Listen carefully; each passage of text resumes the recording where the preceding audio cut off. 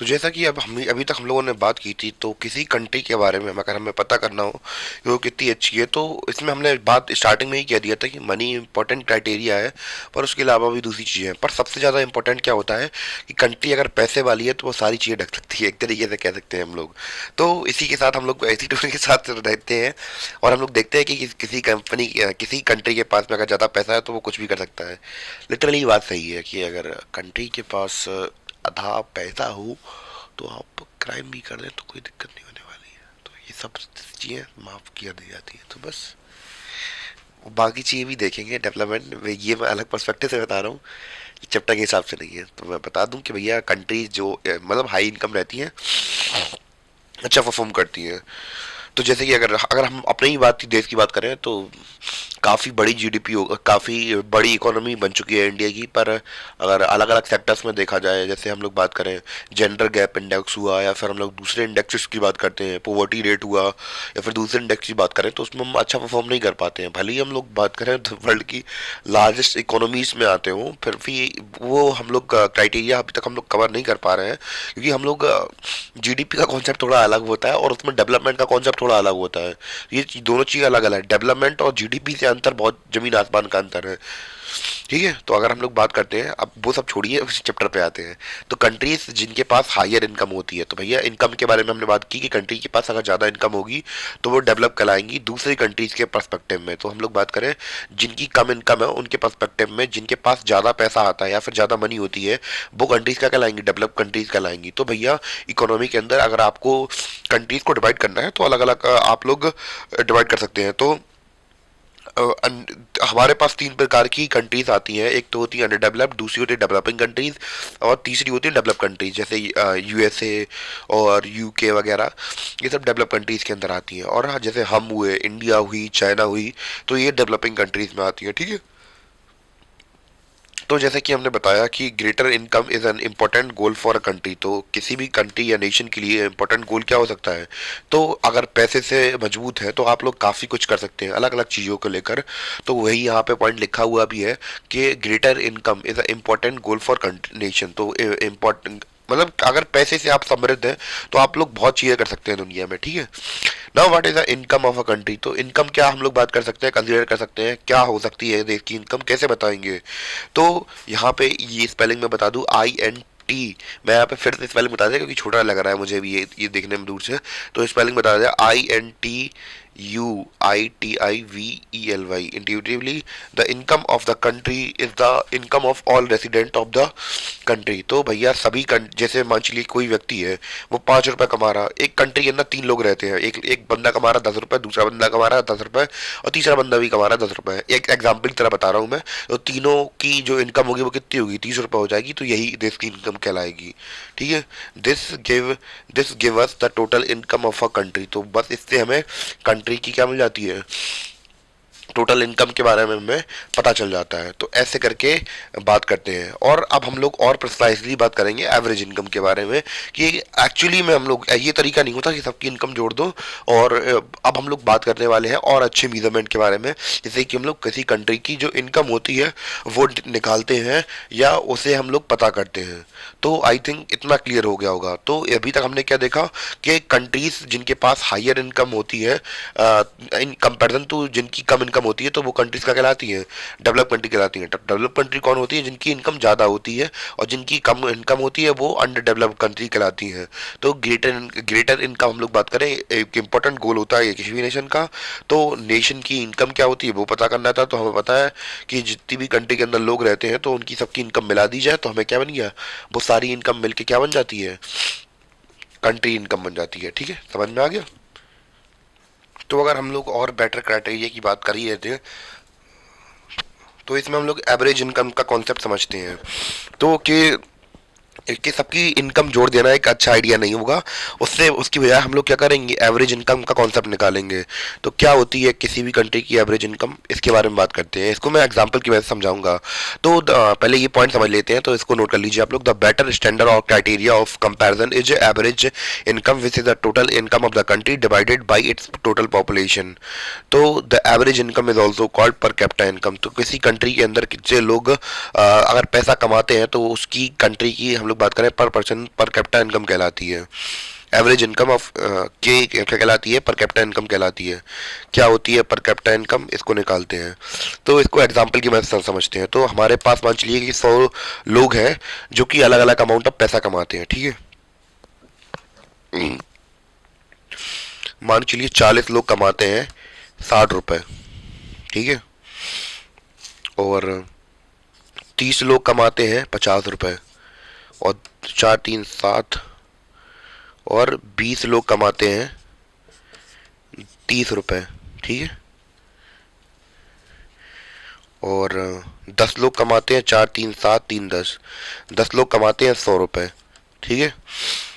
तो अब ये क्या है, अब हमें पता है कि देश के अंदर सभी लोगों की जो इनकम है सबकी बराबर थोड़ा ना होती है। तो हमें पता है कि एक कंट्री के अंदर अलग अलग इकोनॉमिक एक्टिविटीज़ होती हैं। जैसे कि हम लोग बात करें, कोई बढ़ई की दुकान में काम करता है, आप लोगों के पापा फैक्ट्रीज में काम करते होंगे या फिर ऑफिस में वर्क करते होंगे, गवर्नमेंट एम्प्लॉय होंगे। तो किसी की सैलरी 10,000, किसी की सैलरी 50,000, किसी की सैलरी 1 लाख, किसी की सैलरी 2 लाख, तो ऐसे करके सैलरी चलती है, ठीक है। तो अब इन सबकी सैलरीज वगैरह मिल गई हमें। तो अब जैसे जरूरी नहीं कि केवल सर्विसेज ही कर रहे हो, दूसरे बिजनेसेस भी होते हैं। ऐसे कि हम लोग बात करें ट्रेडिंग हुई, या फिर हम लोग बात करें बिजनेस चला रहे हो, बड़ी बड़ी फैक्ट्री चला रहे हो आपके पेरेंट्स वगैरह, तो ऐसे भी अलग अलग सबकी इनकम होती है। तो हमें पता है आपके घर में नौकरानी भी काम करने आती है, तो उनके उनके पैसे, या फिर हम लोग बात करें सभी के, तो ये सभी के लोग अलग अलग अमाउंट ऑफ पैसा कमाते हैं, ठीक है। तो अब इसकी इनकम निकालते हैं, एवरेज इनकम। तो सबसे पहले हमारे पास ऊपर क्या लिखा था हमने, क्या लिखना था, सबसे पहले हमारे पास क्या क्या लिखना था यहाँ पे, टोटल क्या लिखना है, total income upon by total population. तो सबसे पहले समझते हैं टोटल इनकम कितनी है हमारे पास। सबसे पहले हम लोग बात करें 50 60 50 30 और 10, सॉरी 100। तो ये हमारी इनकम हो गई। इन सबको हम लोग पहले क्या कर देंगे, ऐड कर देंगे। तो ऐड करने का तरीका सबसे बढ़िया यही है, 150 और 6 3 9, और या फिर ऐसे कर सकते हैं 6 5 11 और 100, 210 240। कितना आ गया, 240 आ गई टोटल इनकम।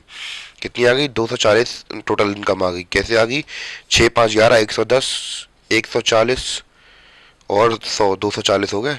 और टोटल पॉपुलेशन कितनी है, 4 3 7, 7 2 9 1 10, 100 लोग हैं टोटल।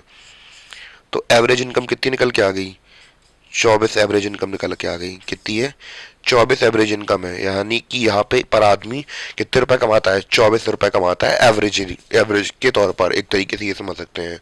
तो ऐसे करके ये तरीका होता है एवरेज इनकम निकालने का।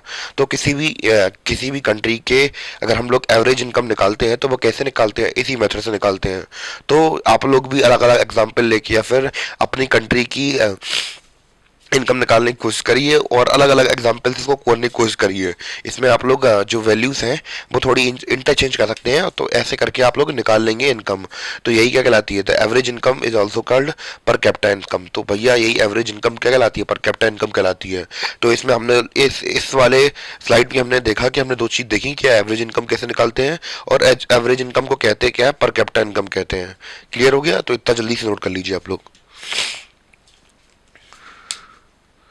तो अब हम लोग गाइस बात करने वाले हैं वर्ल्ड बैंक क्राइटेरिया के अकॉर्डिंग। तो वर्ल्ड बैंक क्या कहता है कि कोई कंट्री डेवलप्ड या फिर लेस डेवलप्ड कब कहलाएगी, उसके बारे में बात करते हैं हम लोग। तो पहले मैं इसको एक्सप्लेन कर देता हूँ, फिर अच्छी तरीके से हम लोग बात करते हैं। सॉरी, बहुत जुकाम हो गया यार भाई, बहुत कस के। तो अब सबसे पहले मैं इसे एक्सप्लेन कर दूं, फिर हम लोग अच्छे से एग्जाम्पल से समझते हैं कि क्या कह रहा है अपना। मेरी तबीयत तो बढ़ती ही जा रही है, समझ में नहीं आ रहा आजकल। तो हम लोग बात कर रहे थे countries with per capita income, US dollar, यहाँ पे ये यूएस डॉलर लिखा है, 49,300 per annual and above in 2019 are called high income और रिच कंट्रीज।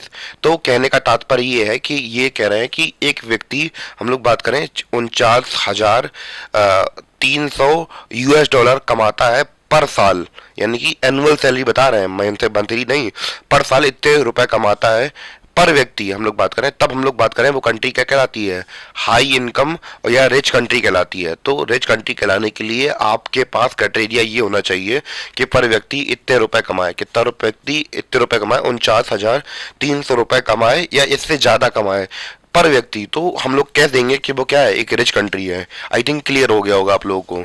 मैं फिर से एक्सप्लेन कर रहा हूँ कि कोई कंट्री ये 49,300 US डॉलर पर ईयरली बेसिस पर कमाए या इससे ज्यादा कमाए, तो वो कंट्री रिच कंट्री कहलाएगी, ठीक है। और वही हम लोग बात करें, कोई कंट्री अगर 2500 या इससे कम, 2500 US डॉलर या इससे कम रुपए कमाती है, तो उसे क्या कह दिया जाएगा, लो इनकम कंट्री या फिर पुअर कंट्री कह दिया जाएगा। क्या कह दिया जाएगा, लो इनकम कंट्री या फिर पुअर कंट्री कह दिया जाएगा। कितने रुपए, 2500 US डॉलर एनुअली बेसिस पर या इससे भी कम कमाती है, पर यूनिट की हम लोग बात कर रहे हैं, पर व्यक्ति की बात कर रहे हैं। तो इतने रुपए कमाता है कोई व्यक्ति किसी भी कंट्री का, तो भैया वो लो इनकम कंट्री कहलाएगी, ठीक है।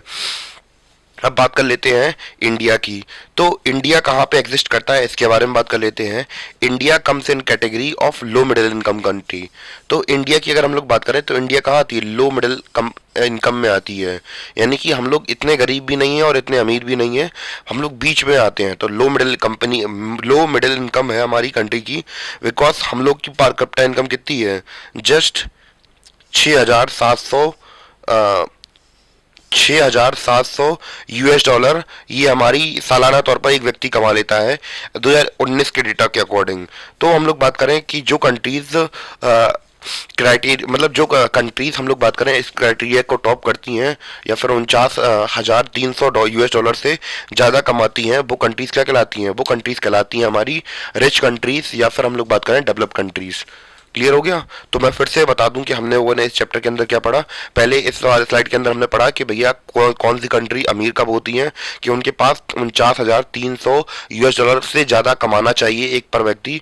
और हमने देखा, दूसरा पॉइंट क्या देखा, कि 2500 US डॉलर से कम या 2500 US डॉलर कमाती है तो वो कंट्रीज क्या कहलाएंगी, एनुअल बेसिस पर वो कंट्री क्या कहलाएंगी, लो इनकम कंट्रीज कहलाएंगी। और इंडिया हमने देखा तो लो मिडिल इनकम में आती हैं, क्योंकि इंडिया की जो एनुअल इनकम है वो कितनी है, 6,700 है। और ये डेटा लिया गया है 2019 का, और ये डेटा दिया है किसने, वर्ल्ड बैंक ने दिया है, ठीक है। वर्ल्ड बैंक का क्राइटेरिया है ये। आई थिंक क्लियर हो गया होगा, जितना हो सक रहा है बता दे रहा हूँ। तो अगर आपको कुछ भी डाउट लग रहा हो प्लीज़ राइटिंग को लेकर या किसी भी चीज़ को लेकर, तो प्लीज़ आप कमेंट कर सकते हैं, जिससे कि मुझे अपनी गलतियाँ पता चलें और मैं अपने आप को सुधारने की कोशिश करूँ।